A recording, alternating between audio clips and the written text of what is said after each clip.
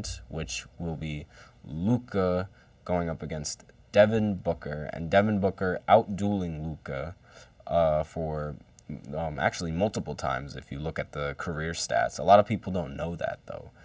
A Suns fan, but that wasn't the big news about this game. Luka and Devin Booker actually going head-to-head. No, a Suns fan got ejected in this Mavericks game. So so the Mavs were at home. Luka had full home court advantage, and he used that to his advantage and ended up getting a Phoenix Suns fan, obviously, kicked out. So Luka shouting, he caught the fan shouting, "Luka, you tired? Get your ass on a treadmill." Quotes. Those are in quotes. Those are his words, not mine. Luka did not like those words, and moments later, you could see the fan in a clip being escorted out by security. This was the first time that security has done their job in the Mavericks arena, and it's very refreshing because if you remember about the news about the Mavericks having a child kidnapped in that stadium and later almost being sold on a black market users. Now they were able to fix that, and they upgraded their security, so that's always good to see.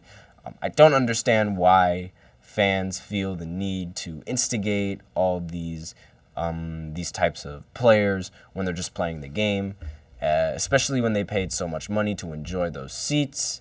It's like, I understand that if you're rooting for the opposing team, you'd want to chant sort of things that affect the opposing players and might impact their performance in the game. That 100%, it makes sense without a doubt. Fans interfering and trying to be a menace to the opposing team or its fans isn't something new, unfortunately, but that is still something that is most likely not going to change, even though I just see no point to it, especially when you pay so much money. He sat, at least from the clips that I saw, he was sitting very, very close to courtside. So those tickets were not expensive at all. And he just got removed just like that for saying a few words that might not have been that hurtful in his opinion, but they were in Luka's opinion. And at least Luka let security do the work. We had our fair share of times where the NBA players tried to be security. Ron Artest being the ringleader for Malice at the Palace is a great example. Obviously, this wasn't the same scenario whatsoever, but the fan did say something that could technically get you canceled because that is technically body shaming, saying what he said. It's a bit weird how a comment might seem so harmless, but it ends up getting you thrown out of a game. It's also a little bit crazy to me how he was able to hear all of that with all the noise going on from the home crowd. I mean, I'd personally just stick to making noise as an opposing fan because they really can't do anything or they can't really say anything hey, throw this fan out, he's being too loud. What, you're going to kick me out for being too loud? I'm supposed to be loud. I'm in an arena. That's the point. That's what I paid for. Obviously, it doesn't happen all the time. Some players take it as a joke. I remember there was a Wizards game in a warm-up. Somebody yelled at LeBron, called him a big baby. He said it loud enough so everybody in the arena could hear him because there was practically nobody in the arena, so it was really, really quiet. All you could hear is the basketballs bouncing. And in response, LeBron started going wah, wah, wah, playing into the baby joke. So obviously he didn't get the fan thrown out, but he played in the joke in a different way, and it's obviously they have different star players are going to have different ways of handling a scenario. I guess that comment just really affected Luka, but who knows? Might have been because it was in the middle of a game and Luka did not end up winning this game. The Suns blew out the Mavericks 132-109.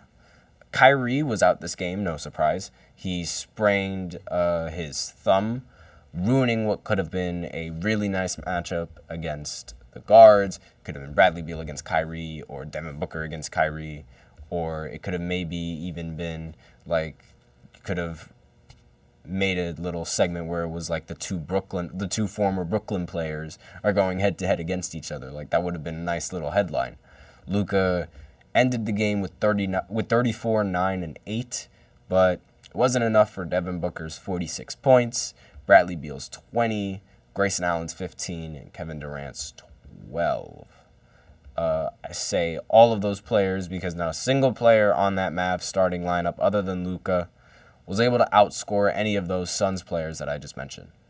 After this game, Devin Booker is now 10-3 against Luka in his career, which is honestly very impressive because the way that you'd hear about how Devin Booker and Luka Doncic match up against each other, the way that you hear it goes down and the way that you hear how it ends, you'd assume that Luka tends to have the upper hand in most of these matchups, but it turns out he ends up losing in a lot of these matchups. The same with the Clippers, actually. Like, a lot of people say that Luka owns the Clippers when every single time he ends up falling short in a series against them in the postseason. So it's like, does he really own the Clippers, or does he just put up great stats against them? It's like one or the other. You can't make them both. Obviously, Kyrie not playing definitely changed the outcome of the game drastically because the Mavs need that scoring production from him. Now, Tim Hardaway wasn't as efficient at all this game. This has been the overall story for Luka and the Mavs for some time now. He always needs help on the offensive side of the ball because his defense and the team's defense overall is really bad. Allowing someone to come to your home and drop 46 points, I don't care who it is, it's unacceptable no matter how good he is offensively. Now, like, unless it's someone like Michael Jordan and like Kobe, all those type of players who are just known scorers and players who have the ball in their hands all the time and shoot the ball almost all the time, then it makes sense for them to drop all of those points because it's like they're getting all of those shots. So unless it's someone like that who's getting that many shots, and Devin Booker, if I remember correctly, he had a really efficient game this night. So I don't believe he shot the ball that much. But again, I could be wrong. I'm going to just double check real quick. He took 23 shots, which again is not like the same as MJ or Kobe standards where they take like 30 shots or even more than that. Who knows? But 23 shots and 10 of them were threes, and he made 17. He made 17 of those shots, which is not bad whatsoever. And it's not a lot of shots. I mean, it's a lot of shots, but it's not that many shots as like compared to those players. So having someone drop that many points is unacceptable, and no matter how good he is offensively, like unless he's taking the same amount of shots as like Jordan or Kobe. Kyrie played over 30 minutes in his last two games and even got one of those games postponed. More on that later. So I don't understand why he decides to take this game off, and I don't know, maybe he does just genuinely have a sprained thumb, but considering how this is Kyrie and he does look for, or he has a tendency to like sort of look for means and reasons to not play games, given his time in Brooklyn. I'm a Brooklyn Nets fan, and given his time in Brooklyn, it looked like he just did not want to play. Kyrie played. The team needed you, and I know it says that you go out with a sprained thumb, but you played 36 minutes against Boston. So how were you able to play that much against Boston a whole like several days before, but then you get a sprained thumb? It doesn't make sense, but I don't know. Maybe I'm just digressing a little bit too much. I'm not a fan of Kyrie doing this in big games because he has a tendency of doing this like all the time, or like in games that could be a lot more fun if he just played in them. Especially when it's clear that Luka needs you in order for his team to be somewhat competent. Obviously, asking those two to take on the high-powered Suns and their offense is a very difficult task, even more difficult when your second option isn't there for you. This is also that Devin Booker should probably, this is also a sign that Devin Booker should probably get a little bit more All-Star votes than Austin Reeves. It still amazes me how good Devin is, and he can't get more votes than Austin Reeves, someone who literally is only popular for being a white guy and playing with LeBron. That's why Alex Caruso was popular, and that's why he's popular now. So, no disrespect to white people, obviously, but, that's literally the only thing that gives him notoriety on that Lakers squad. It's disrespectful to have Reeves over someone who is as good as Devin Booker. I thought Booker had a lot of fans and a good fan base to back him up in the voting, but, it doesn't, not to mention Devin Booker changing to being a point guard and still managing to be elite at that position as well. The Big Three and the Suns scored 78 points that last game. And in the game before that, they scored 77 points. And then in the 2 games before that one, they scored 91. They have been scoring on anyone as they please. Now, you might argue that these games were against teams that don't really have the best defense, the Mavs, the Bulls, the Pacers, and the Pelicans. Nonetheless, that's still a lot of points for a high-powered offense in those 3 games. They are one of the teams that is absolutely rolling offensively and is absolutely rolling in the wins category. Same with the Clippers, as I mentioned them all the time. Those are one of the many teams that is absolutely running away with a lot of wins this season. This isn't the first time for KD to being part of an ISO-heavy team with 2 other guards that can score the ball a lot. The difference is that there are some bench players, but obviously the real offense comes from those big 3 players.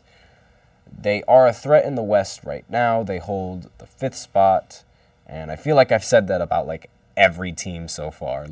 But this is 100% true. I said it before, that the Mavs held the 5th spot, and recently the Pelicans held the 5th spot, but now it's changed, and now Phoenix holds the 5th seed, and I just think it's hilarious. I feel like I talk a lot about the Clippers and how a lot of teams have the tendency to match up against them, and they might match up against them. If those 2, Phoenix and the Clippers, match up against each other, I think it's going to be a very interesting series. The Clippers lost to them last year because they did not have Paul George, and because of not having Paul George, obviously one of their better players, there was a lot of offense lacking for the team, but this is going to be a little different. Not to mention, however, it might be a little different in ways that aren't beneficial for LA, considering how the Phoenix Suns got Bradley Beal in a trade. So adding Bradley Beal to the team is just adding another difficult offensive player to guard. Who knows? They might not even need to match up against each other. They might going into next week or in 5 days, the matchups might change already, and the Clippers might move up to the 2nd spot, and the Phoenix Suns might move all the way down to I don't know, maybe either 9 or 10. Who knows how this season's gonna play out? But as of right now, we are running out of time for the 2nd segment, so we are going to tune back in after a short break and go into the 3rd segment, where I will update you all on the previous games that happened, as well as the Warriors starting up their season once again after the incident with their assistant head coach. So I will be right back after this break.